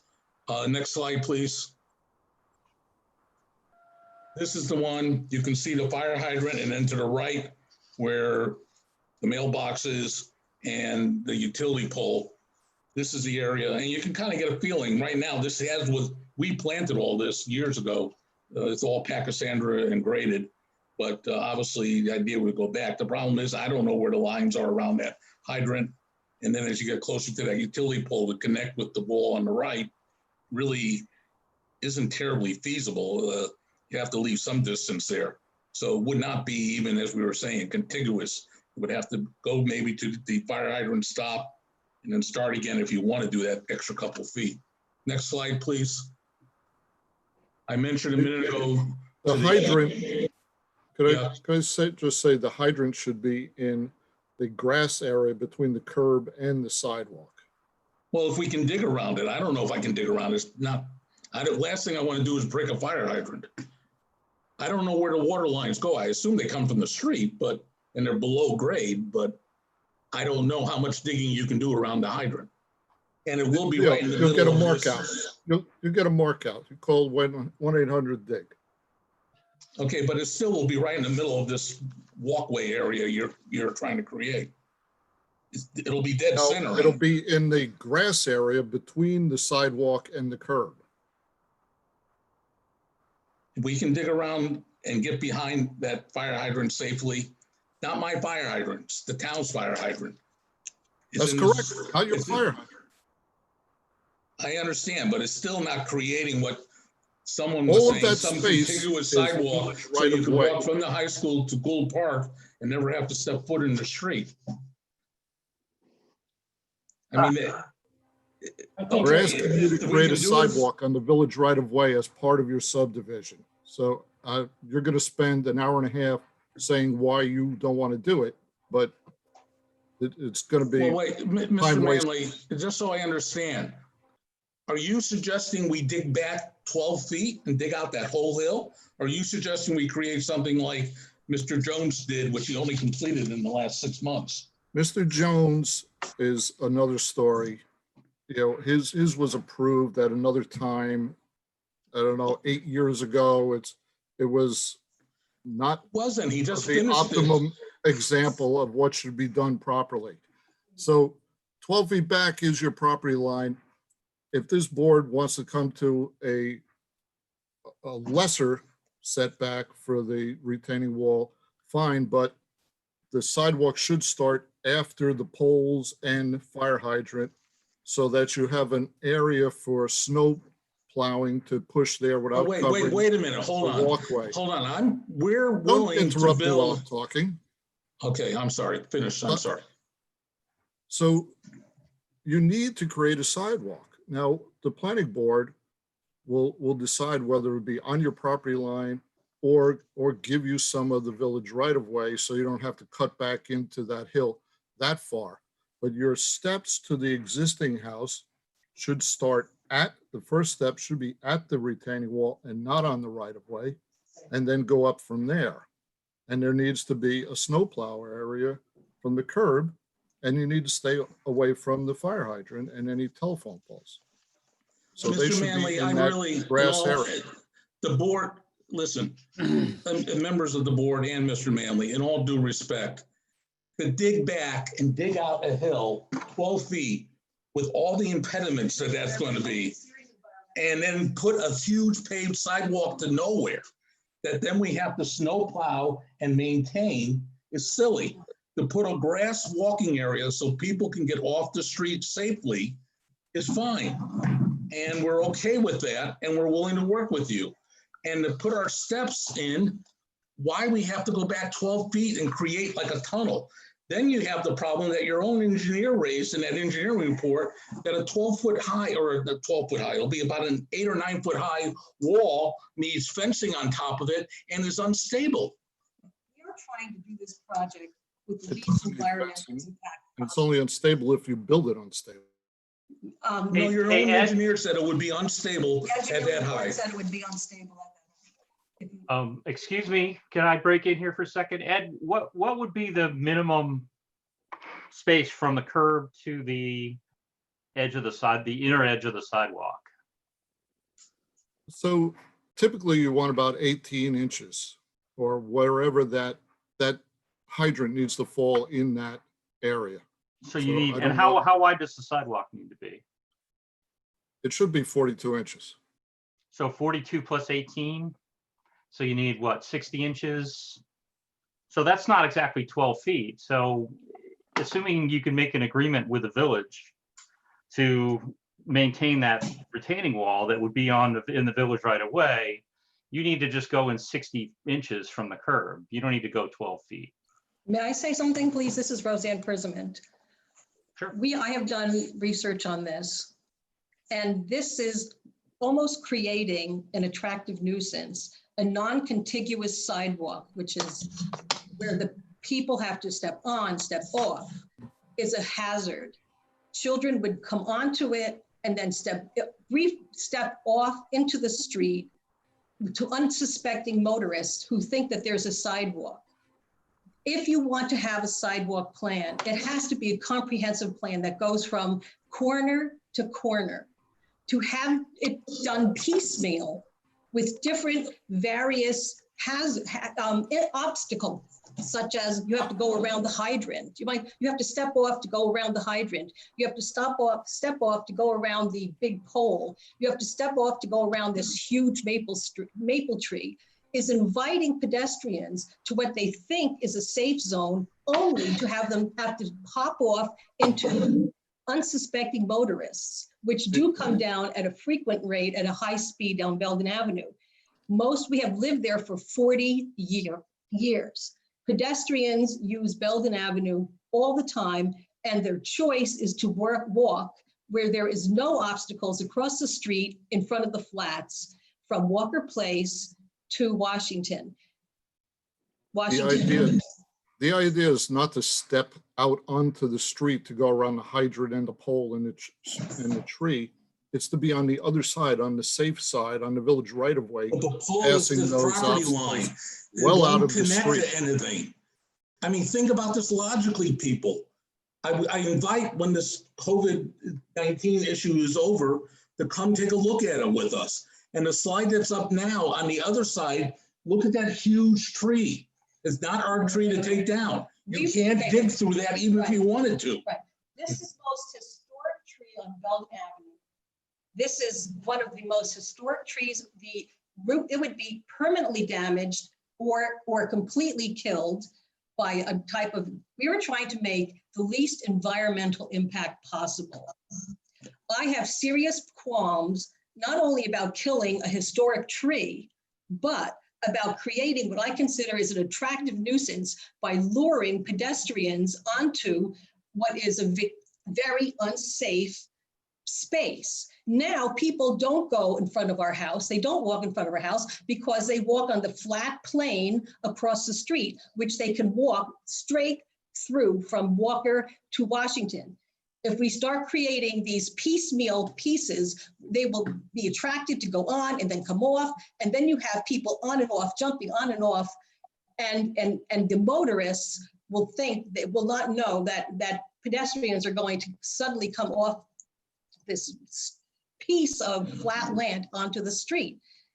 Okay. I mean, there's literature for this. They don't walk There's in literature to your the property fact. because they can't walk on your property. I can submit a report, okay, by insurance companies and by the Traffic Safety Board that says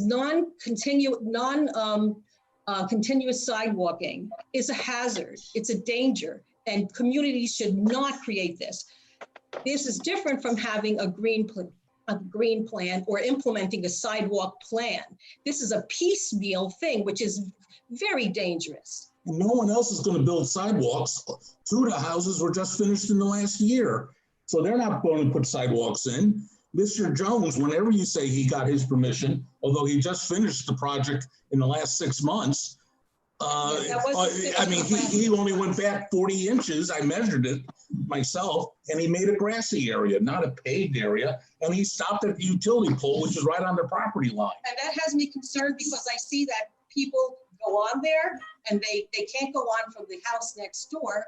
They're attracted to that, and then they come off, and the cars don't expect this. I'm afraid there's going to be a rash of accidents because a lot of students do come down that road from the middle school.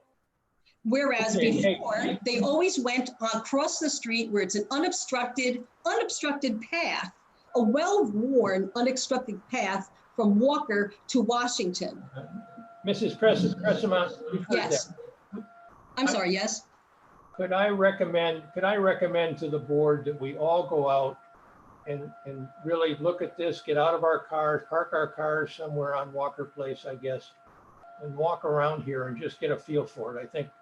I would love that. I would love that. I would love to be there. They're helpful, but I think going out and walking it ourselves will get a better understanding of. I think that's an excellent idea, and I would like to be there, and I'd like to show you. We haven't just moved into this neighborhood. We've been there 40 years. Yep. I understand how people walk. I understand the path. I want to show you the trees. I want to show you everything. I would love to. I would think that's an excellent idea. Yes. Yeah, listen, we will be reasonable, but you know. Right. I do not want to create a hazard. I absolutely can't. I can't take part in this. I want to show you how the walking path works as it is now. Yeah, understand. Okay. Thank you. Thank you. Let me just go through 2 more slides and then we'll wrap it up. And I appreciate the board and Mr. Manley taking time to, let's revisit this and see if we can reach some reasonable compromise for everyone. And that makes sense. Just to add a quick word, I think it's a very good idea to go out, take a look at the existing conditions if people haven't done it already, but it would help a lot if the right-of-way was staked out so the surveyor could lay out where the actual village-owned property line is versus the private property line. If that could be done first so that we could all see what you're dealing with. Well, the village right-of-way is what, 12 feet, right? I'll take a ruler, I'll put some stakes, I'll measure 12 feet from the street. I hate to say this. If you insist I have to bring the surveyor back and spend another $1,000 putting a few stakes down, I just feel that that's unreasonable. The surveyor did his work. I paid him his fee already. And there is one stake right on the corner. If you look at the picture up here, you can see go to the next slide. The next slide shows it even better. Thank you. This was just showing there is already foliage because the engineer, this Han group, said there's no foliage, no privacy. Well, there is. There's trees that we planted or the neighbor planted years ago. There's a big maple. Just if we could stick to the point for a moment, we are being asked and suggested to go out and have a look at the I will put some stakes approximately. You want them where the end of the right of way is? If you, I think he wants to stake out the property line. Yes. Okay. There is one stake on the corner, if you couldn't see it in this picture, but there is a flag, a red flag there that was left that is right on the corner of the property line in the village right away. And it's in like 10, 12 feet or whatever they are from the street. I will go back to the survey and figure it out and I'll put some stakes in the ground for you. Thank you. Okay. Can I just add I can do it this week. It may have to be next week. Can I add one thing? This is Joe Ferraza. Yeah. This has also got to pass an architectural review board. And 12-foot back, 8-foot high wall, I think it would look hideous, to be honest. So, I think that's got to be taken into consideration when you're out there looking. Yep.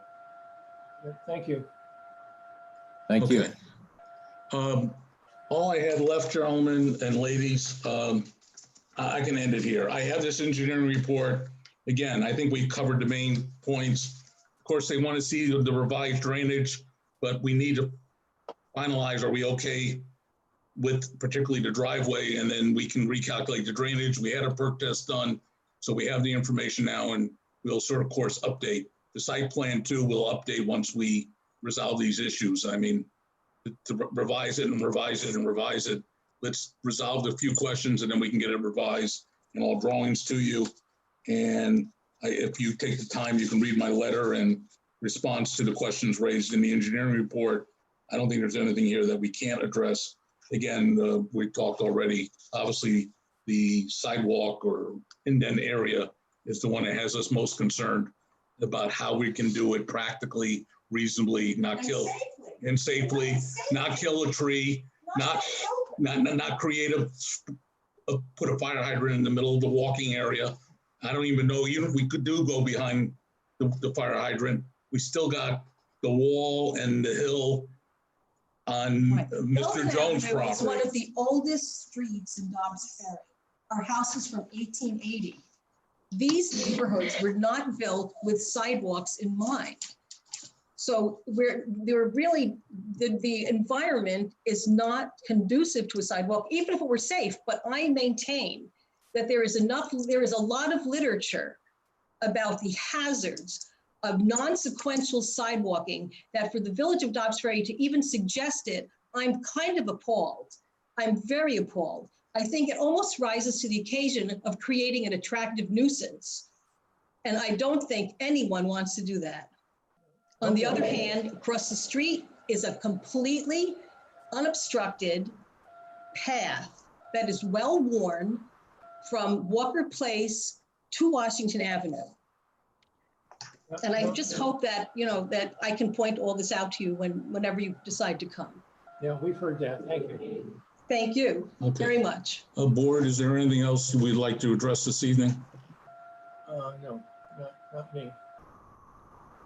So next month, is that considered a public hearing now, or is that, we still have to continue?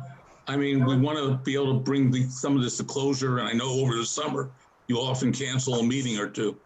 Yeah, I was going to ask the board whether we feel that it's the right time to move to a public hearing or consultants. Anybody have any feeling? I think it might be helpful to get some. So we need to do a site visit, right, Steve? So I will put stakes out for you by next week. We want to be there for the site So visit. But if you're all going at one time, let us know. We'll wear our mask and stay 6 feet away, but we wouldn't mind being there to have a valued conversation with you about it so that we all can reach consensus. So we should probably all organize a site meeting, Steve, and then from there, open it to a public meeting. Okay. Any other feelings on a public hearing at this point? I think it's close enough. Yeah, I think it's about that time. I think so. Okay. All right. I move that we call for a public hearing at our next meeting. Second? All in favor? Aye. Well, thank you. Thank you. And in the meantime, we'll go visit the site, right? Yep. Yes. You tell us, we want to be there. Yes. If you're going as a group, if you can just drop me an email or call our phone, my wife and I will be glad to be there with you. And as I say, wearing our masks. Good. Yeah, perfect. Okay, thank you very much. Thank you. Thank you, good night. Thank you. Good evening, everyone. The next item on the agenda, item number 4, is 58 Northfield Avenue, continuation of pre-submission conference for site plan approval to legalize 2-family residence. Is there anybody here to talk on this? I see Dan. I think we'll let Ed talk on it. Should be Paul Petretti. I see a Paul.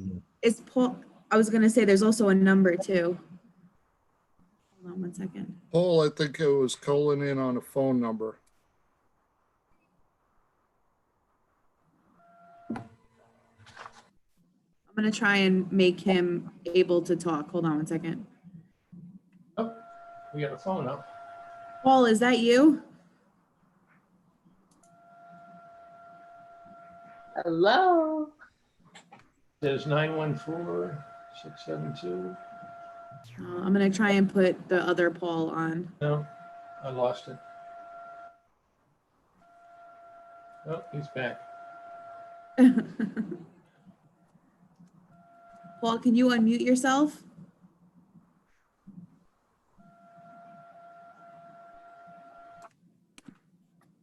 Hello?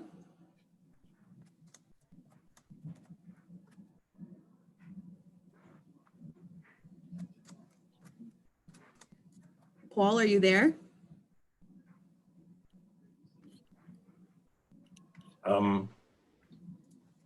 Patty just sent a message for, Yeah, you said the phone number, but now the phone number is not there anymore. oh, Hold on. Maybe he's gonna call back in.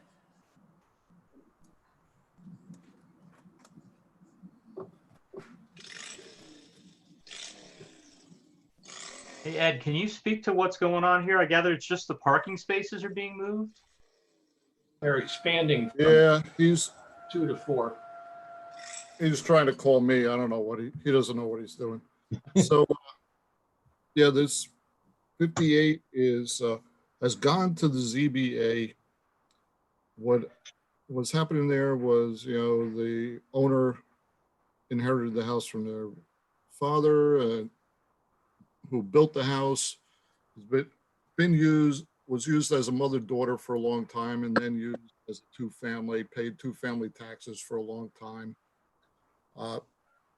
So they got a variance to convert to a two-family legally.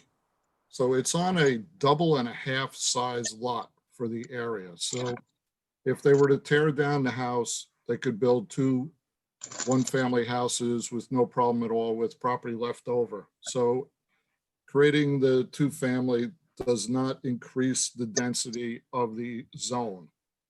So they've got the variance and the legal right to use it that way. What they're doing here for site plan is just to add the required 2 more off-street parking spaces for the second unit. So it's extending the driveway further in off of the right of way. So all the cars are on the property off the right of way, and there's 4 parking spaces, and they're adding drainage for that driveway. There is a row of trees to the east that screen it from the neighbor, which is also a two-family in a one-family zone that was grandfathered in. So that's pretty simple. All of the other things that need to be done inside to bring it up to code will be handled by the building department, egress windows and the like. But as far as site plan, that's pretty much it. Unless George has anything to say about it. Can you hear me, guys? Pretty straightforward plan. Can you hear me? I just put Paul on, I'm sorry. Yes. There you go. Yeah, I was just listening. All right, so listen, Edmund went through the whole thing, and pretty much, and I also went through it with George. It's a simple application. Basically, we're going to move the parking out of the public right of way. It's really sticking out there. Put the appropriate parking spaces in, and that's the big deal here. Okay. George? Yeah, that's correct. This cleans up the site. It rectifies all the issues of the past, as Ed mentioned. So we didn't have any issues with it. Dwight mentioned some screening, and Ed mentioned that there's a good stand of vegetation between the neighbors to screen it from each other. So there's really not much here. Can we just approve it tonight? Hey, I have a question though. Do they have the minimum square footage for 2 units in that? Yes. As I said before, it's a 1.5 size lot. No, I mean, I'm talking about the building itself. Yes. Really? yeah. It's big enough for 2 families? Oh, yeah. Wow. Yeah. Okay. There's 3 bedrooms up and 3 bedrooms down. Downstairs has 3 bedrooms, a kitchen and living room. So it's got some underground, I mean, can I have the screen for a second? The house is deceptive because it's basically a 1-story house. It's Yeah, a walkout basement. Oh, okay. I'm just trying to open this. 2 stories, but one's underground. Oh, okay, all right. Yeah, no, now I understand. It's been a 2-family since I was 10 years old. No, I was just, I born mean, it just didn't 1948. look that big to be a 2-family, but now I understand. Okay, Yeah, if you see the property slopes to the back is walkout. Yeah. The only issue is, one of the basement rear bedrooms doesn't have proper egress window, which they're gonna put in with the window well before they get the CO. Okay, thanks.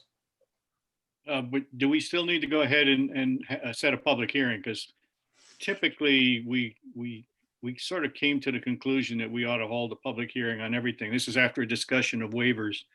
And so I'm kind of thinking we need to follow that. Okay, all right, let's do that. All right. I would call for a public hearing then. Is there a second? Second. All in favor? Aye. Okay. Okay. The last item on our agenda, item number 5, 42 Appleton Place, pre-submission conference for minor subdivision line move. Property line move, I guess. Jen, that's Dan Panisi. I just added him. Hello, Dan. You have to unmute yourself, Dan.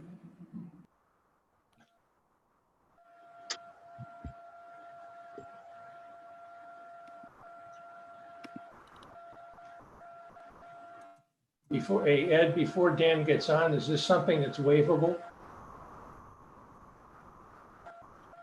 This is a reapportionment of property lines because, the gentleman who bought 43 Appleton bought it from the bank. It turned out the pool, the existing pool was built partially on the neighbor's property. And he worked out a deal to buy a portion of the property from the neighbor. So what's missing on the plat is just that we need a zoning chart to make sure, to prove that the neighbor still has the required amount of area lot after they sell this portion to them. So that we're not creating any zoning variances. Right. So that we'd just ask him to produce that for next time for the public hearing, and then we could approve the plat. And there's a bill of sale or something like that that proves that it's going to Yes, happen. there will be a deed associated with the plat. All right, I move a public hearing. Is there a second? Second. All in favor? Thank you. Aye. Okay. I move we adjourn. Second. Aye. All in favor? Okay. Thank you. Bye, guys. Bye. Take care, everyone. Take care, everybody. Take care. Thank you. Right. Good night. Wonderful month. Good night.